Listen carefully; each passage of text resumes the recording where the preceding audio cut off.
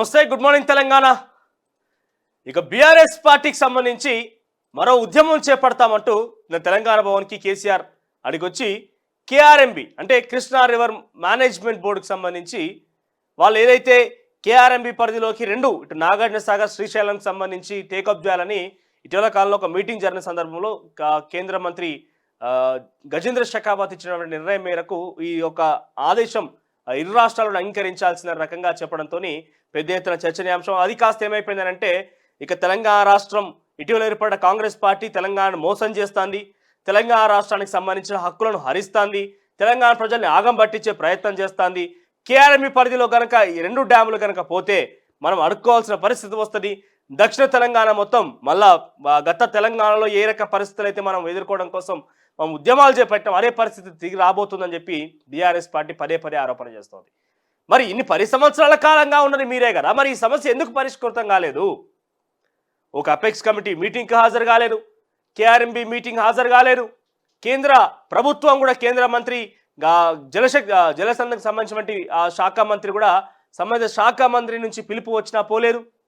ఇది కొత్త కాదనుకోండి. కేసీఆర్ ఎంపీగా ఎమ్మెల్యేగా ఉన్నప్పటి నుంచి కేంద్ర మంత్రిగా పనిచేస్తున్నప్పటి నుంచి ఎవరి మాట పట్టడు, ఎవరి దగ్గరికి పోడు, ఎవరి మాట పట్టడు, ఎవరి దగ్గరికి పోడు, ఎవరి సమస్య కూడా పట్టించుకోడు. ఫస్ట్ ఆయన అనుకున్నది ఒకటే, ఎస్ ఈరోజు కేఆర్ఎంబి గురించి అనుకుంటే కేఆర్ఎంబి గురించే మాట్లాడతాడు, రేపు ఒక అంశం అనుకుంటే ఒక అంశం గురించే మాట్లాడు, అంతే తప్ప ఎప్పుడు కూడా ప్రజల మాటలు వినేటువంటి పరిస్థితి కానీ ప్రజల అంటే ఇతరుల మాట వినే పరిస్థితి లేదు. గతంలో ఆయన కేంద్ర మంత్రిగా ఉన్నప్పుడు అనేక సార్లు ఎవరైనా ఓఎస్డీగా పనిచేసిన దిలీప్ కుమార్, సో దిలీప్ కుమార్ ప్రస్తుతం కాంగ్రెస్ పార్టీలో ఉన్నారు.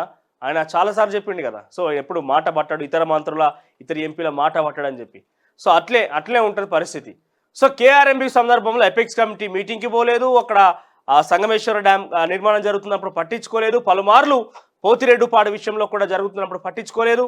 సో అన్నీ జరుగుతున్నప్పుడు పట్టించుకున్నటువంటి ఇదే బీఆర్ఎస్ పార్టీ, ప్రభుత్వంలో పట్టించుకొని బీఆర్ఎస్ పార్టీ ఈరోజు కేఆర్ఎంబి పరిధిలోకి పోతున్నాయని చెప్పి ఆగమాగం చేసే ప్రయత్నం చేస్తోంది.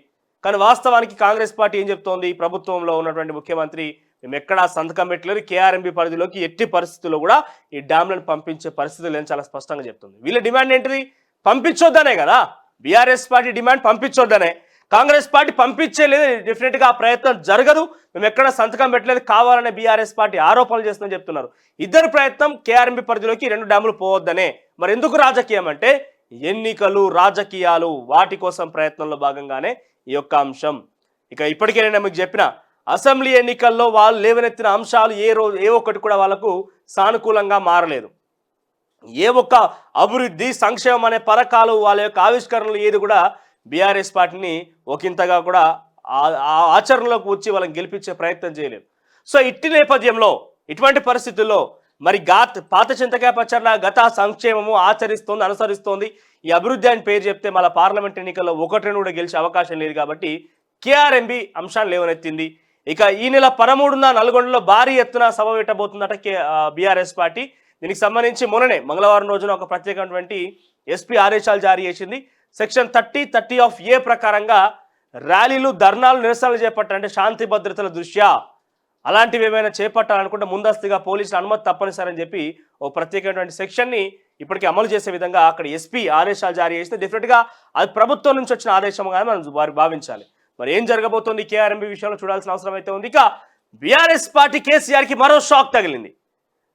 2018లో చెన్నూరు ఎమ్మెల్యేగా బాల్కస్వామికి వ్యతిరేకంగా పోటీ చేసినటువంటి అప్పటి కాంగ్రెస్ అభ్యర్థి బోర్లకుంట వెంకటేశ్నాథ ఆ తర్వాత 2019లో బీఆర్ఎస్ పార్టీలో చేరికై బీఆర్ఎస్ పార్టీ పెద్దపల్లి పార్లమెంటరీ నియోజకవర్గ అభ్యర్థిగా పోటీ చేసి గెలుపొంది ప్రస్తుతం ఎంపీగా కొనసాగుతున్న బోర్లకుంట వెంకటేష్ నేత ఆ పార్టీకి బీఆర్ఎస్ పార్టీకి రాజీనామా చేసి తిరిగి ఆయన కాంగ్రెస్ పార్టీలో చేరిండు. సో గతంలో ఎక్సైజ్ శాఖ డిప్యూటీ కమిషనర్గా పనిచేసిన బోర్లకుంట వెంకటేష్ నేత రాజకీయాల మీద ఆసక్తితోని పదవికి రాజీనామా చేసి ఆయన యొక్క ఎక్సైజ్ డిప్యూటీ కమిషనర్గా పదవికి రాజీనామా చేసి కాంగ్రెస్ పార్టీలో చేరి అక్కడ ఎమ్మెల్యేగా పోటీ చేసి ఓడిపోయి తర్వాత ఎంపీగా పోటీ చేసి గెలిచి ప్రస్తుతం అవకాశవాదానికి కేర్ ఆఫ్ అడ్రస్గా మారిన బోర్లకుంట వెంకటేష్ నేత. ఎందుకంటున్నా అంటే నిజానికి ప్రతిపక్ష పాత్ర పోషించాలి అనుకున్న మీరు 2018లో అవకాశం ఇచ్చి కాంగ్రెస్ పార్టీ మిమ్మల్ని అక్కడ అభ్యర్థిగా నిల్చోబెడితే మీకోసం పనిచేసి అనేక మంది కాంగ్రెస్ పార్టీ కార్యకర్తలు వదిలేసి ఒక 5 సంవత్సరాలు అసలు కాంగ్రెస్ పదమే ఎత్తకుండా చెన్నూరు నియోజకవర్గంలో చేసిన దాంట్లో భాగస్వామ్యం మీకు కూడా ఉంటుంది. ఆ కాంగ్రెస్ పార్టీ కార్యకర్తలను, కాంగ్రెస్ పార్టీ నాయకులను విస్మరించి వాళ్ళని పక్కన పెట్టేసి పార్టీ మారి వేరే పార్టీకి పోయారు. అవకాశవాద రాజకీయం. సో పెద్దగా ఆయన మీద అవినీతి ఆరోపణలు కానీ భూ కబ్జా ఆరోపణలు కానీ ఇతరాతర ఏమీ లేకపోయినప్పటికీ ఏమీ లేవు. కానీ అదే దిశగా ఆయనతో ప్రజలకు కూడా ఏం లాభం లేదు. ఎందుకంటే ఏ రోజు ప్రజల గురించి మాట్లాడలేరు, పార్లమెంట్లో సమస్య లేవనెత్తలేరు, కనీసం అక్కడ ప్రజలకు అందుబాటులో కూడా లేడు. ఏమైనా బీఆర్ఎస్ పార్టీ సమావేశాలకు బీఆర్ఎస్ పార్టీ నాయకుల ప్రచారాలకు మాత్రమే హాజరైన తప్ప పెద్దపల్లి పార్లమెంటరీ నియోజకవర్గ సెగ్మెంట్లలో ఏ రోజు కూడా ప్రజలకు అందుబాటులో లేడనేది అక్కడ స్థానికుడిగా మా ఎంపీ ఆయన మాకు తెలుసు కాబట్టి మేము చెప్తున్నాం. ఇక ఇదే దిశగా బీఆర్ఎస్ పార్టీ సంబంధించిన మరో ఎంపీ కూడా సిద్ధమవుతున్నారట. అయితే కాంగ్రెస్ పార్టీ ఒక తప్పు చేస్తుంది అంటే అక్కడే వాళ్ళు ఇన్ని రోజులుగా వాళ్ళ మీద విభేదించి వాళ్ళ మీద ఓడగొట్టాలని చెప్పి వాళ్ళు దొంగలు లంగలని చెప్పి మీరే కాంగ్రెస్ పార్టీ మాట్లాడినటువంటి మాటలు వాటన్నిటి కూడా వెనక్కి తీసుకొని ఆ పార్టీ నాయకుల్ని ఆ పార్టీకి సంబంధించిన ఎమ్మెల్యేని ప్రస్తున్నటువంటి వ్యక్తులని మీ పార్టీలో చేర్చుకునే విధానం కనుక చూస్తే డెఫినెట్గా కాంగ్రెస్ పార్టీ తప్పు చేస్తున్న అవకాశం కనిపిస్తోంది. మరి బొర్రకొండ వెంకటేష్ నేత కేసీ వేణుగోపాల్ నేతృత్వంలో మల్లికార్జున ఖర్గే దగ్గర అక్కడ జాయిన్ కావడం జరిగింది. ఇక రేపో మాపో పోతుగంటి రాములు నాగర్ కర్నూలు ఎంపీ కూడా ఆ దిశగా ప్రయాణం చేసే అవకాశం ఉన్నట్టుగా పెద్ద ఎత్తున చర్చనీయాంశం అవుతోంది. ఇక బీఆర్ఎస్ పార్టీ మాజీ ఎమ్మెల్యేలు షకీల్ బాల్కసుమన్ ఏమో రేవంత్ రెడ్డి మీద అనుచిత వ్యాఖ్యలు చేసి అక్కడ మంచిర్యాలలో కావచ్చు వివిధ తెలంగాణ రాష్ట్ర వ్యాప్తంగా పోలీస్ స్టేషన్లో కేసు నమోదైతే కనిపించట్లేదట. నిన్న పరారులో బాల్కసుమన్ అనే ఒక వార్త రాష్ట్ర వ్యాప్తంగా చర్చనీయాంశమైంది. ఇక అదే దిశగా మాజీ ఎమ్మెల్యే షకీల్ కూడా కనిపించడం లేదట. ఇక చాలా చాకచక్యంగా తెలివిగా ఆ ప్రజాభవన్ ముందు యాక్సిడెంట్ చేసిన కొడుకును తప్పించుకున్న షకీల్ ఆయన కూడా ఎస్కేప్ అయిపోయినట. ప్రస్తుతం ఇక్కడ కనబడతలేడట. ఇద్దరి కోసం ప్రస్తుతం పోలీసులు గాలిస్తున్నారు. మరి చూద్దాం ఇదే అంశాలకు సంబంధించి వివిధ వార్తాపత్రికల్లో వచ్చిన కథనాలు దానికి సంబంధించి క్లుప్తంగా విశ్లేషణ చేసే ప్రయత్నం చేద్దాం. ముందుగా ఈనాడు విషయానికి వస్తే హెడ్లైన్ చూస్తే కనుక కేసీఆర్ అవినీతిని గ్రామాన చాటండి, కాళేశ్వరం ప్రాజెక్టులో అక్రమాలను ప్రజలకు వివరించాలి, కాంగ్రెస్ శ్రేణులకు సీఎం రేవంత్ రెడ్డి పిలుపు, లోక్సభ అభ్యర్థుల ఎంపికపై పీఈసీ సమావేశంలో చర్చ.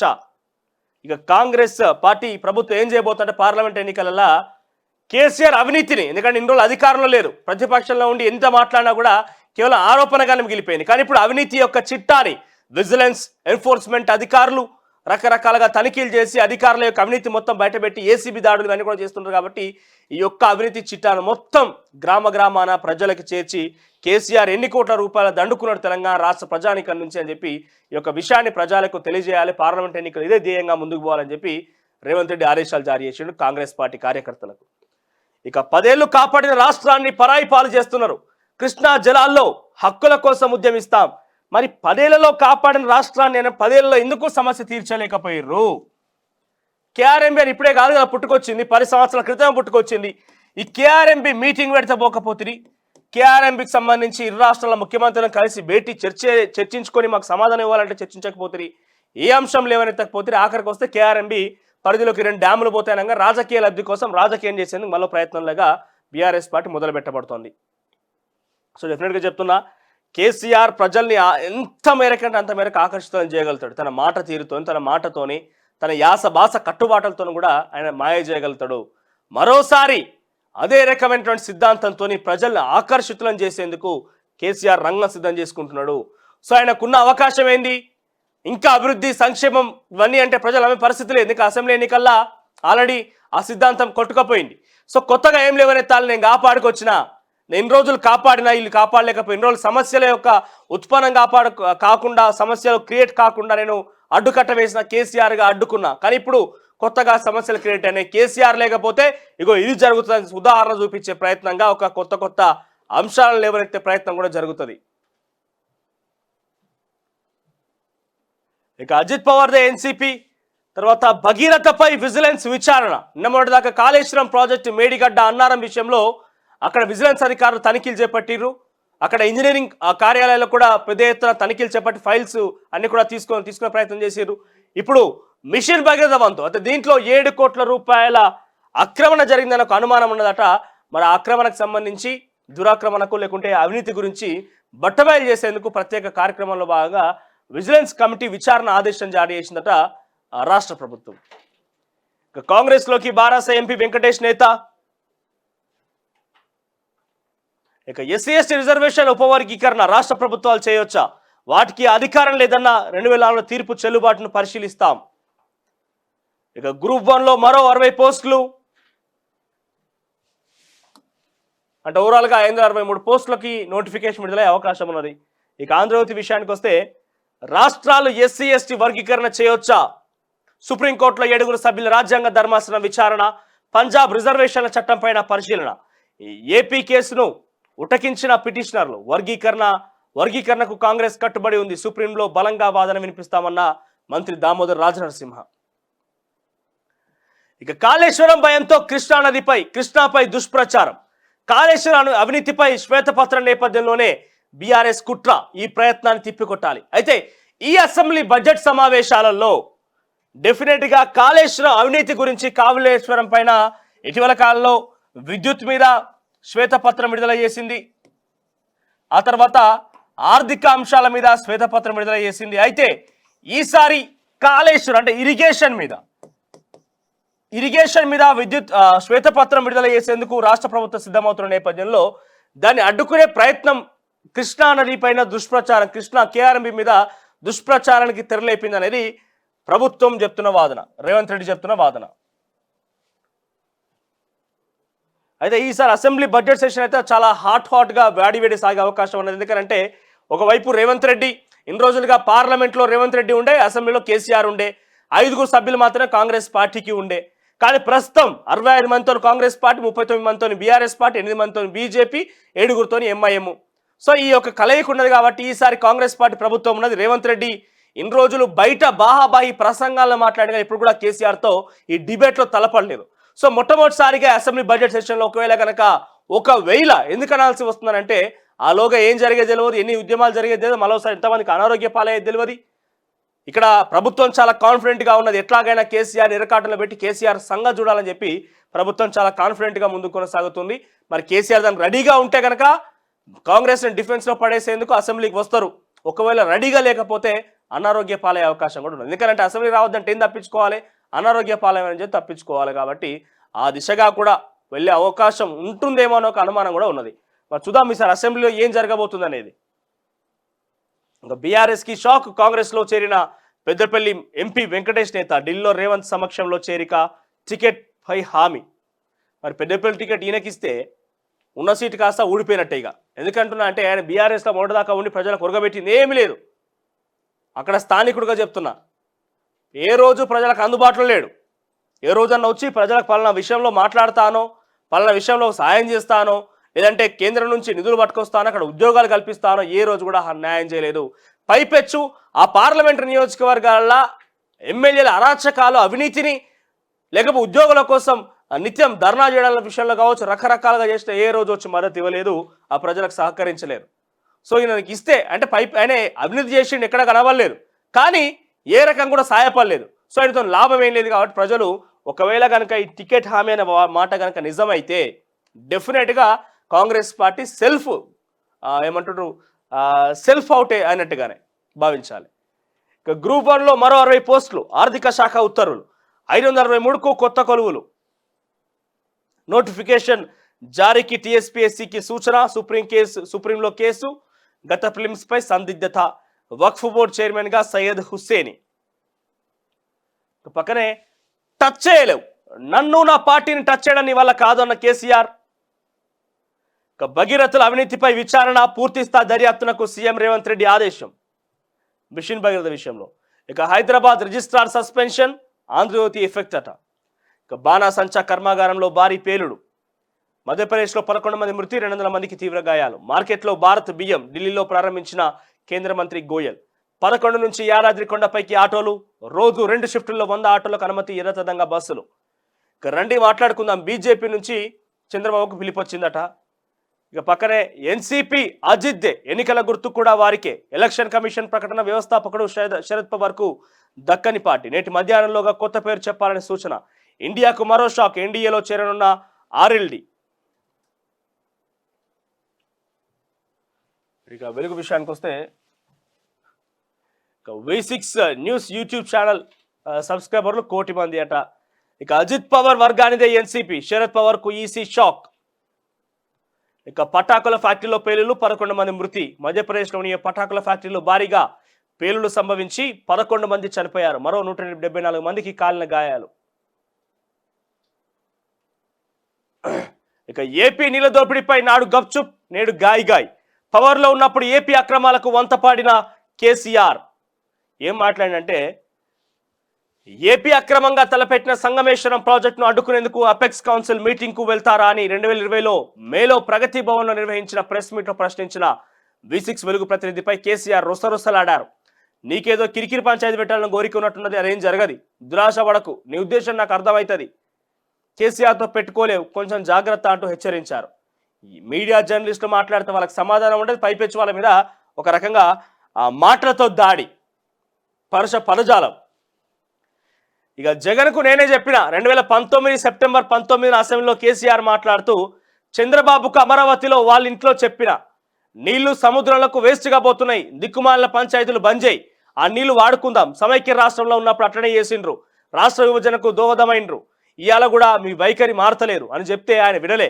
జగన్ సీఎం అయ్యాక స్నేహపూరిత వాతావరణం ఏర్పడింది, బేసిని లేవు, బేషజాలు లేవు అని జగన్కు నేను చెప్పిన, పాత పంచాయతీలు బంద్ చేసి ఉభయ రాష్ట్రాల ప్రజలకు ప్రయోజనం కలిగేలా ప్రాజెక్టులు చేసుకుందామన్న జగన్లో నిజాయితీ ఉంది, మన సహకారం అడిగిన డెఫినెట్గా చేస్తామని అన్నారు. మరి ఇంత దోస్తానా, ఇంత మంచి మిత్రులైనప్పుడు ఎందుకు చేయలేకపోయారు? ఇంత మంచి మిత్రులైనప్పుడు ఎందుకు చేయలేకపోయారు అంటే, అప్పుడు అవకాశవాదం, అప్పుడేం అంశం లేదు, వదిలేస్తే పోతామోని, మాకు కావాల్సిందేంది కాళేశ్వరం ప్రాజెక్టు మొత్తం డబ్బులు దండుకుంటూ కావాలని చెప్పి దాని మీద కాన్సన్ట్రేట్ చేసినట్టుగా గత ప్రభుత్వంలో చెప్పిన విధంగా మనం చాలా స్పష్టంగా కనబడుతున్నది. ఇక తెలంగాణ పేరు తీసినప్పుడే కేసీఆర్ పార్టీ ఖతమైంది. బీజేపీ స్టేట్ చీఫ్ కేంద్ర మంత్రి కిషన్ రెడ్డి తెలంగాణ పేరు తీసేసినప్పుడే కేసీఆర్ పార్టీ ఖతమైందట. ఇక బీసీలకు ఎక్కువ సీట్లు, లోక్సభ ఎన్నికల్లో ప్రాధాన్యం ఇవ్వాలని కాంగ్రెస్ నిర్ణయం, కనీసం 5-6 సీట్లు ఇచ్చేలా కసరత్తు, బలమైన లీడర్లు ఉంటే అప్లై చేసుకోకున్న టికెట్, ఎస్సీ రిజర్వ్లో 2 మాదిగలకు 1 మాల సామాజిక వర్గానికి ఇవ్వాలని డిమాండ్లు, ఎంపీ అభ్యర్థుల ఎంపికపై పీఈసీ మీటింగ్లో చర్చ, కృష్ణా ప్రాజెక్టులపై కేసీఆర్ డ్రామాలను తిప్పికొట్టాలని నేతలను సీఎం రేవంత్ పిలుపు, బీఆర్ఎస్కు కౌంటర్గా నల్గొండలో భారీ సభ పెట్టే యోచన. అయితే ఇక్కడ బీసీలకు ఎక్కువ సీట్లు ఇస్తామని చెప్పుడు కాదు, గతంలో 34 సీట్లు ఇస్తాను ఇవ్వలేకపోయారు, అయినా కూడా బీసీలోకి ఇంతగా గత ప్రభుత్వం మీద ఉన్నటువంటి ద్వేషంతో మీకు ప్రేమగా మార్చుకొని, మీ మీద ప్రేమించి, మీకు ప్రేమను చూపించి, ఆదరించి, గౌరవించి అధికారాన్ని కట్టబెట్టారు. సో అధికారంలోకి వచ్చినాక అయినా న్యాయం చేయకపోతే డెఫినెట్గా ఒక బీసీల ఉద్యమం తెరదీసే అవకాశం ఉన్నది. ఇప్పటికే చాప కింద నీరులా ఈ బీసీ ఉద్యమం అనేది చాలా తీవ్రతరంగా దాల్చిన ప్రయత్నం. ఎందుకంటే గతంలో ఎప్పుడూ రాజకీయ పార్టీలు బీసీలను ప్రస్తావన తీసుకురాలే, అది కేసీఆర్ తీసుకురాలే, బీజేపీ మాట్లాడలేదు, కాంగ్రెస్ కూడా మాట్లాడలేదు. కానీ ఈ 10 సంవత్సరాల తర్వాత తెలంగాణ రాష్ట్రంలో బీసీలకు సంబంధించి ఒక నినాదం రాజకీయ పార్టీలు ఎత్తుకున్నప్పుడు అర్థం కావాల్సింది ఏంటంటే, బీసీలు చాప కింద నీరులాగా ఒక ఉద్యమానికి దారి తీస్తున్నారు. సో ఒక ఉద్యమం రగులుతోంది. సో ఎప్పుడెప్పుడా ఏ రాజకీయ పార్టీ అయితే వాళ్ళకి అవకాశం కల్పిస్తుందో వాళ్ళ వెంట నడిచే అవకాశం లేని పక్షంలో రాజకీయాలకు అతీతంగా, ఎట్లయితే ఉత్తరప్రదేశ్లో సమాజ్వాదీ పార్టీ యొక్క బీసీ అభ్యర్థి చేతిలో బీసీ ఒక ముఖ్యమంత్రిగా అయిండో, సో అట్లాంటి ఆ దిశగా కూడా ప్రయత్నం చేసే అవకాశం డెఫినెట్గా లేకపోలేదు. ఒక ప్రయత్నం జరుగుతూనే ఉంది. సో బీసీలకు ఎక్కువ సీట్లు ఇస్తామని రాజకీయం కోసం చెప్పడం కాదు, డెఫినెట్గా ఇవ్వాల్సిందే, ఆ ప్రాధాన్యత కల్పించాల్సిందే. ఏదో మీరు ఇస్తే తీసుకునేది కాదు, డెఫినెట్గా ఆ యొక్క పర్సంటేజ్ ప్రకారంగా ఇవ్వాల్సిన అవసరం ఉన్నది, అది హక్కు అంతే. ఇక కాంగ్రెస్లో చేరిన బీఆర్ఎస్ ఎంపీ వెంకటేష్ నేత, ఇక గ్రూప్ 1లో మరో 60 పోస్టులు భర్తీకి ప్రభుత్వం అనుమతి, ఉత్తర్వులు జారీ చేసిన ఆర్థిక శాఖ, టీఎస్పీసీ ద్వారా నియామకాలు 553కు చేరిన మొత్తం పోస్టులు, కొత్తదా లేక సప్లిమెంటరీ నోటిఫికేషన్ ఇంకా రాని స్పష్టత.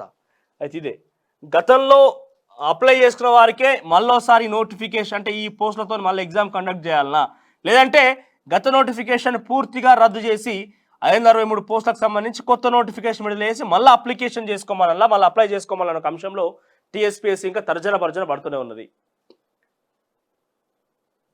ఇక మిషన్ భగీరథపై విజిలెన్స్ తనిఖీకి సంబంధించి రాష్ట్ర ప్రభుత్వం ఆదేశాలు జారీ చేసింది. ఇక తొలి వెలుగు విషయానికి వస్తే, వైసీపీ ఎంపీ విజయసాయిరెడ్డిపై తెలంగాణలో కేసు నమోదు, రేవంత్ రెడ్డి ప్రభుత్వాన్ని కూల్చేందుకు ప్రయత్నిస్తున్నారు. రాజ్యసభ సాక్షిగా చేసిన వ్యాఖ్యలపై చర్యలు తీసుకోవాలి. వైసీపీ బీఆర్ఎస్ కలిసి ప్రభుత్వాన్ని కూల్చేందుకు కుట్ర. జూబ్లీహిల్స్ పోలీసులకు టీపీసీసీ అధికార ప్రతినిధి కాల్వ సుజాత ఫిర్యాదు. ఇక మహిళపై దురుసు ప్రవర్తన, మియాపూర్ సిఐ సస్పెన్షన్. భార్య భర్తల కేసులో సిఐ అత్యుత్సాహం. ఫిర్యాదు చేయడానికి వెళ్తే దురుసు ప్రవర్తన, అమర్యాదగా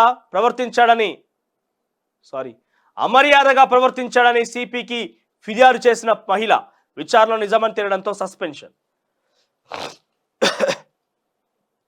ఇక 3 నెలల్లో 30 ముహూర్తాలు. ఈ నెల 11 నుంచి పెళ్లిళ్ళ జోరు. ఏప్రిల్ 26 వరకు శుభగడియలు. ఫంక్షన్ హాల్స్ కు పెరుగుతున్న గిరాకీ అట. ఇక సహజీవనం చేస్తే జైలు శిక్షే, తప్పకుండా రిజిస్టర్ చేసుకోవాల్సిందే. ఇక బిడ్డ నన్ను టచ్ చేసి చూడు, నన్ను బీఆర్ఎస్ రేవంత్ ఇష్టం వచ్చినట్టు తిడుతున్నారు. నీకంటే హేమాహేమీలనే ఎదుర్కొన్న చరిత్ర మాకున్నది. తెలంగాణ ప్రాజెక్టుల మీద రేవంత్ రెడ్డికి అవగాహన లేదు. రాష్ట్ర ప్రభుత్వ ప్రమాదకర ధోరణిని ఎండగడతాం. తెలంగాణ భవన్లో బీఆర్ఎస్ అధినేత కేసీఆర్. మీరు గమనించలేదు, తేడా కనిపిస్తుందా మీకు? గతంలో కేసీఆర్ ఆయన ప్రెస్ మీటో మీడియా సమావేశం పెడితే ఇక్కడ ఈయన మధ్యలో కూర్చున్నాడంటే, ఎక్కడైనా మధ్యలో కూర్చున్నాడంటే ఇటు ఫీటు జాగా అటు ఫీటు జాగా మొత్తం కూడా క్లియర్ ఉండాలి. ఎవరు కూర్చోవద్దు, ఎవరు కనబడొద్దు. పక్కపొంట ఎవరు ఉంటారు? తలసాని శ్రీనివాస్ యాదవ్, ఇంకెవరో ఉండే. ఇప్పుడు మొత్తం కూడా కడియం శ్రీహరి, పొన్నాల లక్ష్మయ్య అందరినీ పక్కన కూర్చోబెట్టుకుని ఏం చేద్దామని మాట్లాడుతున్నాడు, దగ్గరికి గెలిచి మాట్లాడుతున్నాడు.